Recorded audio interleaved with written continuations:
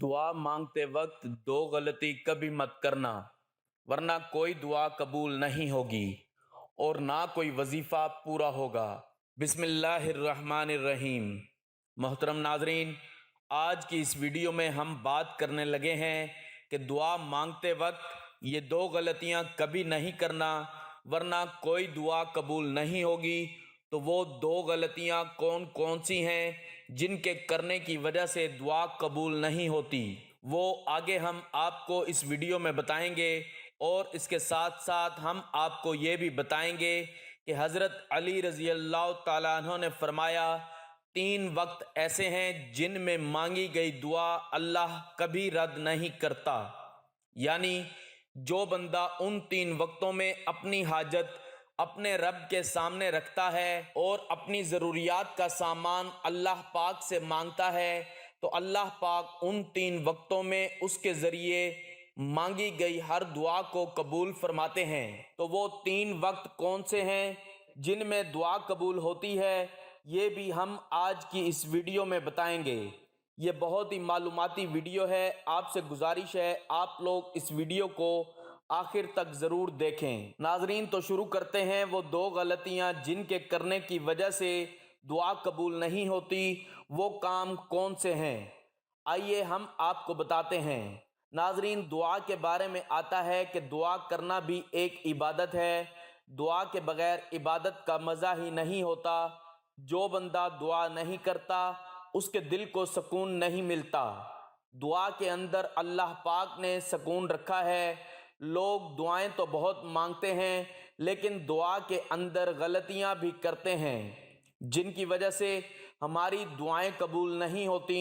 پھر ہم اللہ پاک سے شکایت کرتے ہیں، لوگوں سے ہم دعاؤں میں معافی تو مانگتے ہیں لیکن ہم اپنے گناہ معاف نہیں کراتے۔ ہمارے گناہ اتنے زیادہ ہوتے ہیں کہ دعا کے اندر قبولیت میں وہ رکاوٹ بنتے ہیں۔ جیسے کوئی بندہ اللہ پاک کی نافرمانی کرتا ہے اور اس کے بعد توبہ کیے بغیر دعا کرتا ہے تو اس کی دعا قبول نہیں ہوگی، کیونکہ دعا کے آگے گناہ آ جاتے ہیں۔ اس لیے جب بھی گناہ کرے تو اللہ پاک سے معافی مانگ لیں۔ ایک اللہ کے ولی سے پوچھا گیا کہ ہماری دعائیں قبول کیوں نہیں ہوتی، تو انہوں نے کہا کہ گناہوں کی وجہ سے ہماری دعائیں قبول نہیں ہوتی، اور دوسری غلطی جس کی وجہ سے ہماری دعائیں قبول نہیں ہوتی، وجہ یہ ہے کہ 2-4 مرتبہ زیادہ سے زیادہ 10 مرتبہ مانگ کر مایوس ہو جاتے ہیں، یعنی کہ امید چھوڑ دیتے ہیں، نا امید ہو جاتے ہیں۔ انسان یہ سوچنے لگتا ہے کہ میری دعا قبول ہی نہیں ہو رہی ہے تو مانگنے کا کیا فائدہ، لیکن انسان یہ نہیں سوچتا کہ ہو سکتا ہے کہ اس میں اللہ پاک کی کوئی نہ کوئی حکمت ہو۔ یوں تو اس کی متعدد وجوہات ہیں، لیکن بنیادی وجہ یہ ہے کہ دعا کرنے والا مسنون طریقے سے دعا نہیں مانگتا، اور دعا کی قبولیت کی وہ شرائط جن کا دھیان رکھنا ضروری ہے ان کا اپنی دعا میں اہتمام نہیں کرتا۔ دعا کی قبولیت کے لیے سب سے اہم اور ضروری شرط یہ ہے کہ دعا کرنے والا اللہ تعالیٰ کو اپنا حقیقی معبود سمجھتے ہوئے صرف اور صرف اللہ تعالیٰ سے دعا کرے، غیر اللہ سے دعا نہ کرے، اللہ کے در کے علاوہ اور کے در پر اپنی جھولی نہ پھیلائے، مالک حقیقی کو چھوڑ کر مخلوق کے سامنے دست سوال دراز نہ کرے، جیسا کہ ارشاد باری تعالیٰ ہے، تم خالص اسی کی عبادت کرتے ہوئے اسے پکارو۔ اس آیت سے ثابت ہوا کہ اخلاص قبولیت دعا کی لازمی شرط ہے۔ کسی شخص کا کوئی نیک عمل اس وقت تک قابل قبول نہیں جب تک کہ وہ حرام کاری اور حرام خوری سے مکمل اجتناب نہ کرے، لیکن اگر وہ حرام کا کھائے، حرام کا پیے، حرام کا پہنے تو اس شخص کے نیک اعمال ہرگز شرف قبولیت حاصل نہیں کر سکتے۔ اور چونکہ دعا بھی ایک نیک عمل ہے، اس لیے یہ بھی اسی صورت میں قبول ہوگی جب دعا کرنے والا ہر حرام کام سے اجتناب کرے، بصورت دیگر اس کی دعا ہرگز قبولیت کے لائق نہیں۔ جیسا کہ حضرت ابو ہریرہ رضی اللہ تعالیٰ عنہ سے مروی ہے کہ نبی اکرم صلی اللہ علیہ وآلہ وسلم نے فرمایا، ایک آدمی لمبا سفر طے کرتا ہے، اس کی حالت یہ ہے کہ اس کے بال بکھرے ہوئے ہیں، چہرہ خاک آلود ہے، اور وہ بیت اللہ پہنچ کر ہاتھ پھیلا کر کہتا ہے، یا رب، یا رب، حالانکہ اس کا کھانا حرام کا ہے، اس کا پینا حرام کا ہے، اس کا لباس حرام کا ہے اور حرام سے اس کی پرورش ہوئی، تو پھر اللہ تعالیٰ اس کی دعا کو کیسے قبول کرے؟ اگر دعا کرنے والا دعا کرے اور ساتھ گناہ والے کام بھی کرتا رہے یا ان سے توبہ نہ کرے تو ایسے شخص کی دعا بارگاہ الہی میں شرف قبولیت حاصل نہیں کر سکتی۔ اس لیے دعا کرنے والے کو چاہیے کہ وہ اللہ تعالیٰ سے اپنے گناہوں کی معافی مانگے، توبہ اور استغفار کرے، جیسا کہ حضرت ہود علیہ السلام نے اپنی قوم سے کہا، سورۃ ہود: اے میری قوم کے لوگو، تم اپنے پالنے والے سے اپنی تقصیروں کی معافی طلب کرو اور اس کی جانب میں توبہ کرو، تاکہ وہ برسنے والے بادل تم پر بھیج دے اور تمہاری طاقت پر اور طاقت بڑھا دے اور تم گنہگار ہو کر روح گردانی نہ کرو۔ دعا میں عاجزی و انکساری اختیار کرنے کا حکم قرآن مجید میں اس طرح دیا گیا ہے کہ تم لوگ اپنے پروردگار سے دعا کیا کرو، گڑ گڑا کر اور چپکے چپکے بھی۔ اس آیت سے ثابت ہوا کہ دعا کرتے وقت اللہ تعالیٰ کے حضور خوب عاجزی کا اظہار کرنا چاہیے۔ اللہ تعالیٰ نے ہر قسم کی زیادتی و تجاوز سے منع فرمایا ہے، بالخصوص دعا میں زیادتی سے منع کرتے ہوئے ارشاد فرمایا، سورۃ الاعراف: تم لوگ اپنے پروردگار سے دعا کیا کرو، گڑ گڑا کر اور چپکے چپکے بھی۔ واقعی اللہ تعالیٰ ان لوگوں کو ناپسند کرتا ہے جو حد سے نکل جائیں۔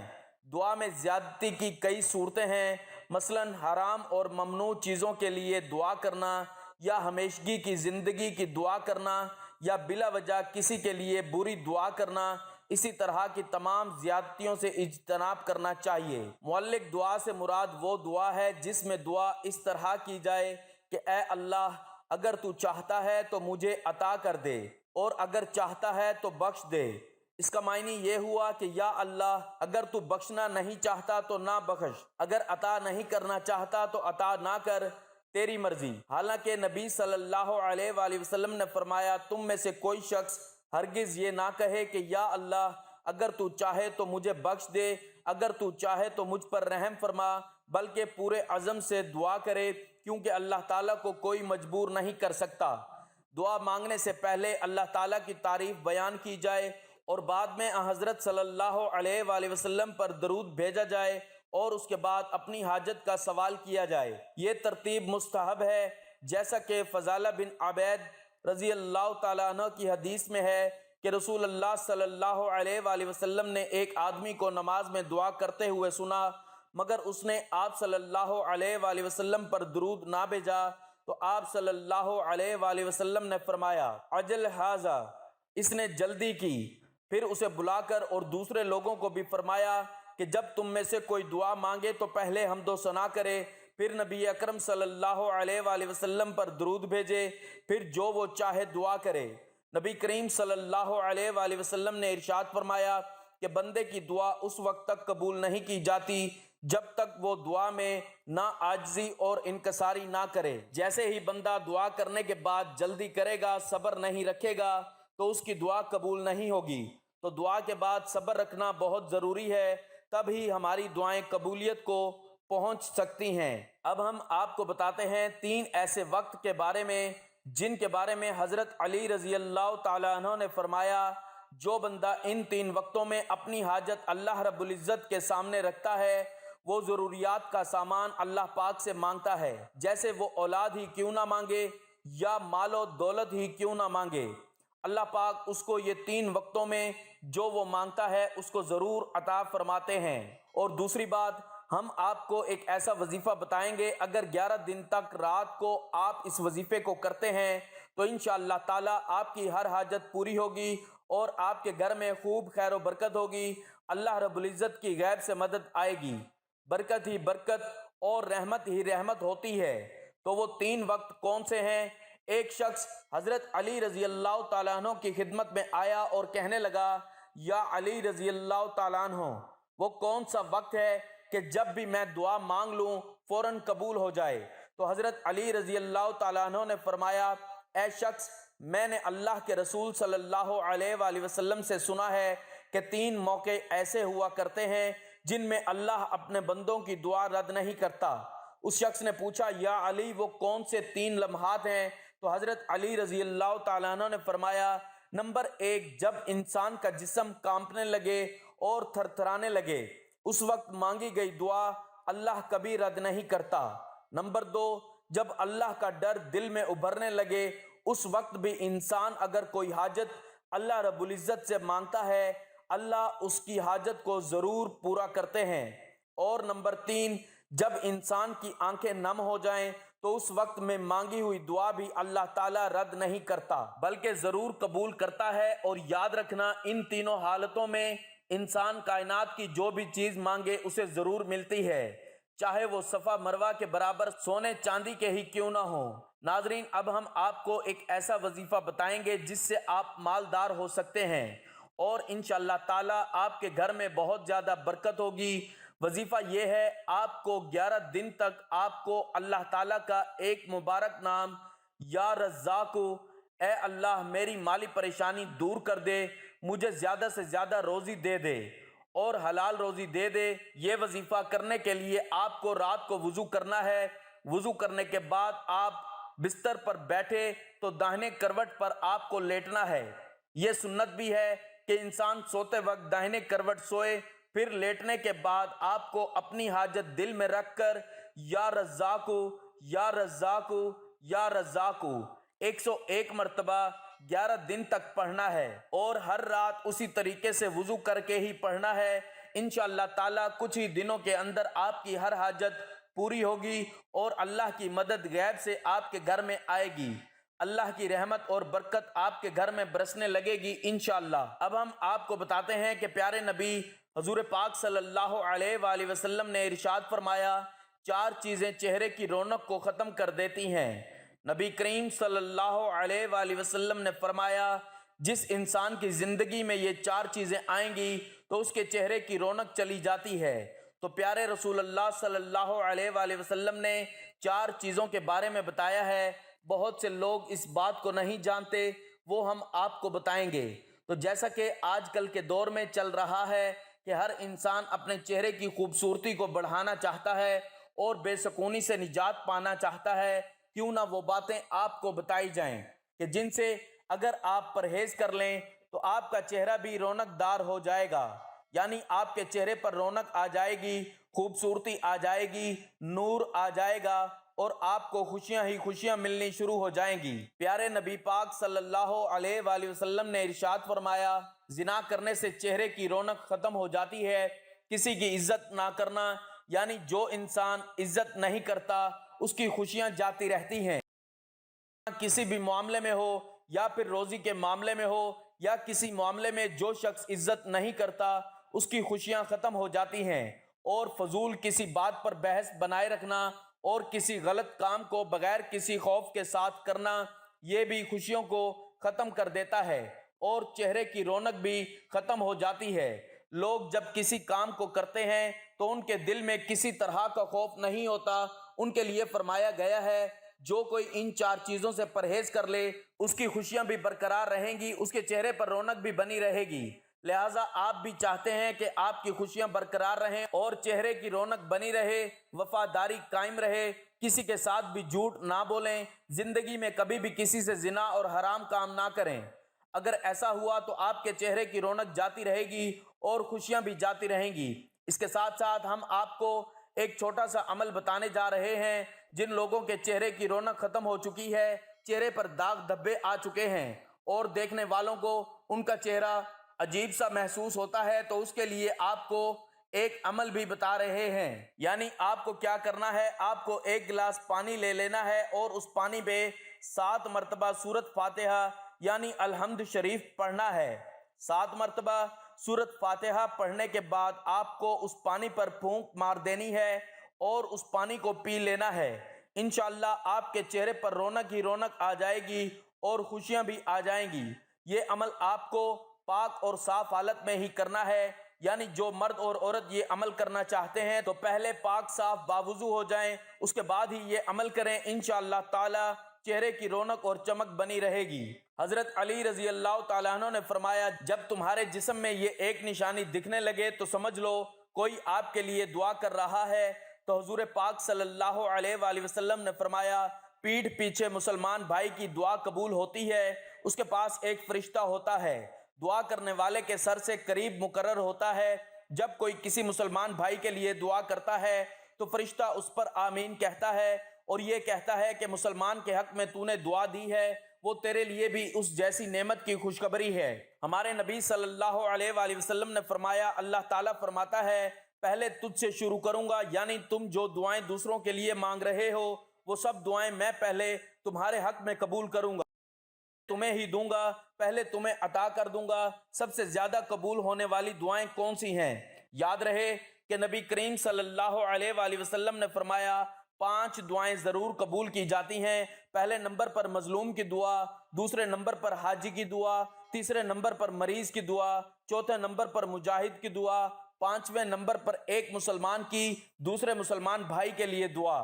جو دوسرے مسلمان بھائی کی غیر موجودگی میں کرتا ہے۔ ناظرین، صرف 2 لوگ مقدر والے ہوتے ہیں، ایک وہ جنہیں وفادار دوست ملتا ہے اور دوسرا وہ جس کے ساتھ ماں کی دعائیں ہوتی ہیں۔ حضرت علی رضی اللہ تعالیٰ عنہ فرماتے ہیں جب تم بغیر کسی وجہ کے خوشی محسوس کرنے لگو تو یقین کر لو کوئی نہ کوئی کہیں نہ کہیں آپ کے لیے دعا کر رہا ہے۔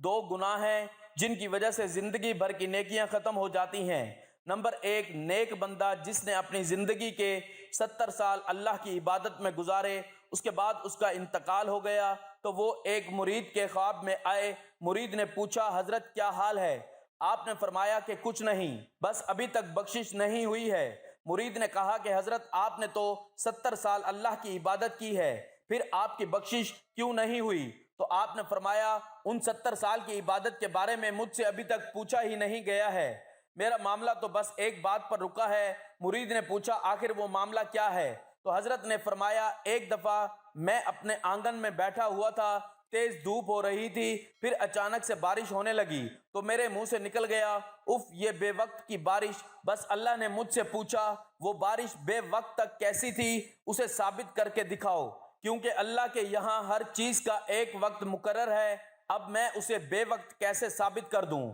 بس اسی ایک گناہ کی وجہ سے اس شخص کی بخشش نہیں ہوئی۔ یہ تیز گرمی میں یہ تیز سردی، بے وقت بارش کا ہونا، یہ سب اللہ کی مرضی ہے، کب کیا کرنا ہے اور کیسے کرنا ہے اللہ کے یہاں سب ہے۔ اس لیے ان کاموں میں اپنی کم عقلی نہ لگائیں اور اپنی زبان سے ایسے الفاظ بھی نہ نکالیں جو اس کی شان کے خلاف ہوں۔ ناظرین، توہم پرستی اور بدشگونی جیسے عقائد کے حامل افراد کچھ چیزوں، واقعات یا علامات کو اپنے لیے مبارک گردانتے ہیں اور کچھ کو نقصان دہ یا منحوس قرار دیتے ہیں، مگر در حقیقت ایسے لوگ اپنی خوشیاں اور ذہنی سکون برباد کر لیتے ہیں، کیونکہ دین اسلام ہمیشہ تحقیق اور غور و فکر کی دعوت دیتا ہے اور اس میں توہم پرستی یا بدشگونی کی قطعاً کوئی گنجائش نہیں۔ غالباً دینی احکام سے کم واقفیت اور برِ صغیر میں طویل عرصے تک ہندوؤں کے ساتھ رہنے کے سبب ہمارے معاشرے میں یہ بدعات عام ہوئیں۔ مثلاً شام کے وقت جھاڑو دینے سے گریز کرنا کہ اس سے دولت کم ہوگی،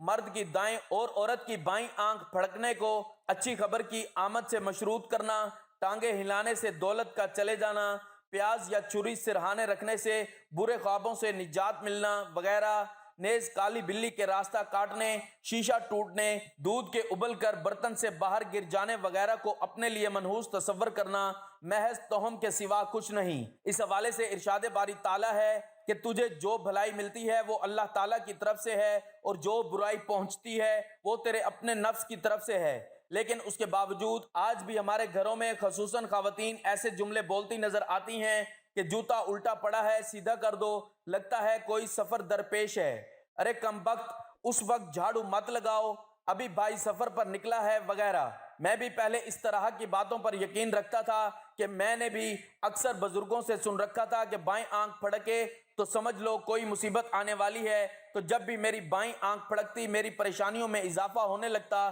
تاکہ وہ مصیبت آ کر رہتی، اور جوں جوں میرا ایسی باتوں پر یقین پختہ ہوتا گیا میری مصیبتوں میں اضافہ ہوتا چلا گیا۔ بالآخر ایک روز میں نے مسجد کا رخ کیا اور اللہ تعالیٰ سے گڑ گڑا کر دعا کی کہ یا اللہ مجھے اس مصیبت سے نجات عطا فرما، اور میری التجا پر شاید اللہ پاک کو مجھ پر رحم آ گیا اور میں اس دلدل سے باہر نکل آیا، اور بس اس دن کے بعد میں نے توہم پرستی سے سچے دل سے توبہ کی اور میری دنیا ہی بدل گئی۔ بے شک اللہ کی رضا کے بغیر پتہ بھی نہیں ہلتا، اس لیے ہمیں چاہیے کہ ہم اللہ تعالیٰ پر پورا ایمان اور بھروسہ رکھیں، کیونکہ اس دنیا میں جو کچھ بھی ہوتا ہے وہ اللہ کی رضا سے ہوتا ہے، اور ہر چیز کی کوئی نہ کوئی وجہ ہوتی ہے، کیونکہ اس دنیا میں کوئی چیز بے وجہ پیدا نہیں ہوئی۔ گناہ نمبر 2، دوستو، حضور اکرم صلی اللہ علیہ وآلہ وسلم کا فرمان ہے کہ کل جب قیامت کا دن ہوگا اور ایک بندے کو اللہ کی بارگاہ میں حاضر کیا جائے گا، اس بندے کے نامہ اعمال میں ہر طرح کی نیکی موجود ہوگی، اس کے پاس پہاڑوں جیسی نیکیاں ساتھ ہوں گی۔ نیکیوں کو دیکھ کر اہل محشر والے بھی حیران ہو گئے، یعنی کہ اس کے پاس اتنی ساری نیکیاں ہوں گی، اس کے پاس اس بندے کی تمام نیکیوں کو میزان یعنی ترازو میں رکھا جائے گا، اس کی نیکیوں کا پلڑا بھاری ہو جائے گا،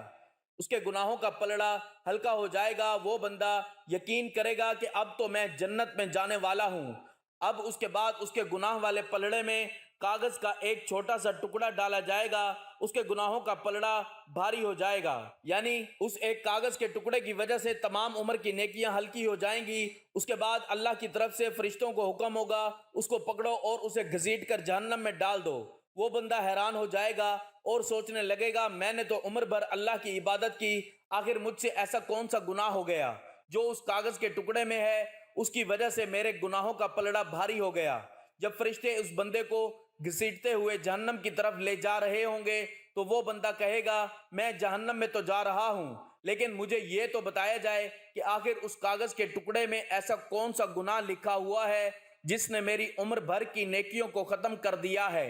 تو پھر اللہ فرمائے گا، اے میرے بندے، تو نے ایک مرتبہ اپنی والدہ سے چلا کر بات کی تھی،